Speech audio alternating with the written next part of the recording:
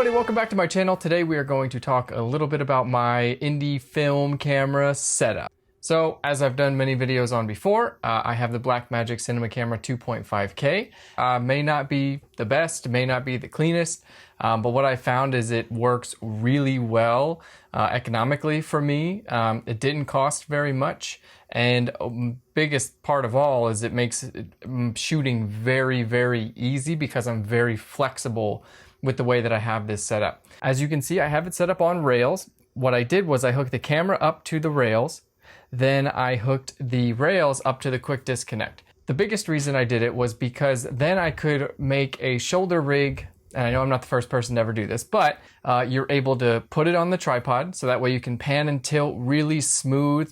I've invested in a really nice tripod, which is important, I think, because I've tried, bad, cheap tripods with the ball head and ball mount and all that stuff. And it's just, unless you have something that can handle the weight of your camera and all of your equipment, I would just shake trying to get, a steady pan or nice tilt up, and it just didn't work if I didn't have, the right tripod. So getting this tripod really helped and makes all my shots smooth.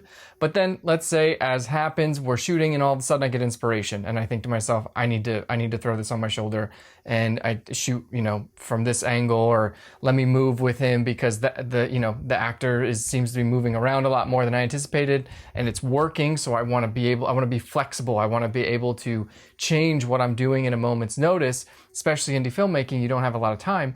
I want to be able to change what I'm doing. So I take my camera off of the tripod, and it's already built because of the rails.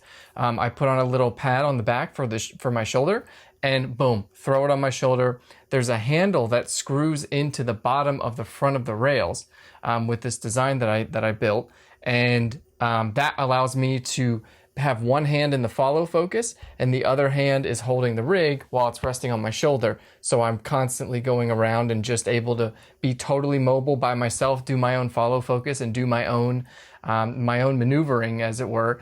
And it just works for me. It's very fluid. At the top, I just put a handle on so I have a grip, in between shots when I'm talking to the talent or I'm trying to figure out what I'm doing. Lighting wise for the next shot, I can just hold my camera. It doesn't, I'm not trying to hold it from the front of the handle or from the camera body or anything like that.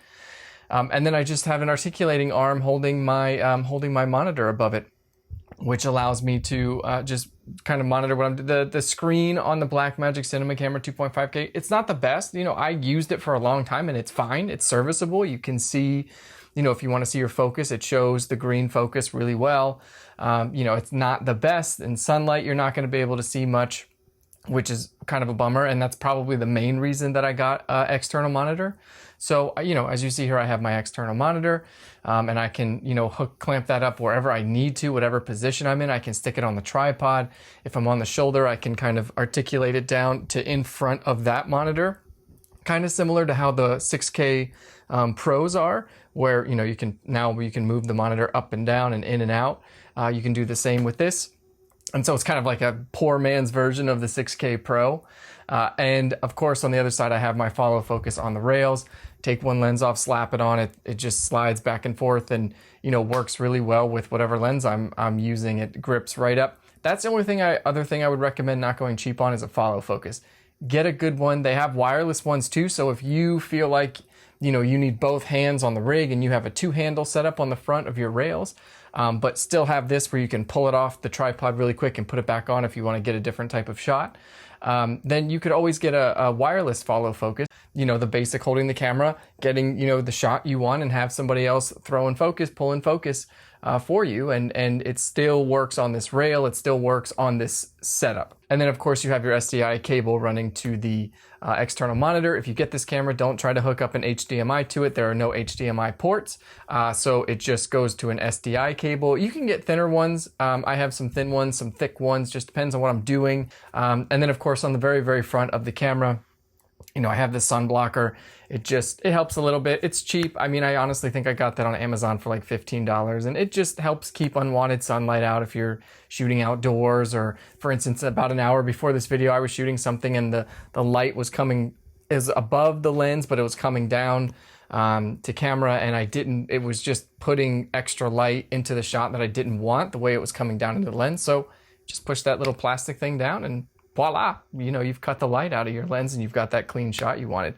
So yeah, that's my setup. I just wanted to share it with you guys. It's super cool. I love how mobile it is, how I can just pop it off and throw it on my shoulder. All right, guys, just wanted to show my setup real quick. Have a great week, and I will see you on the next video.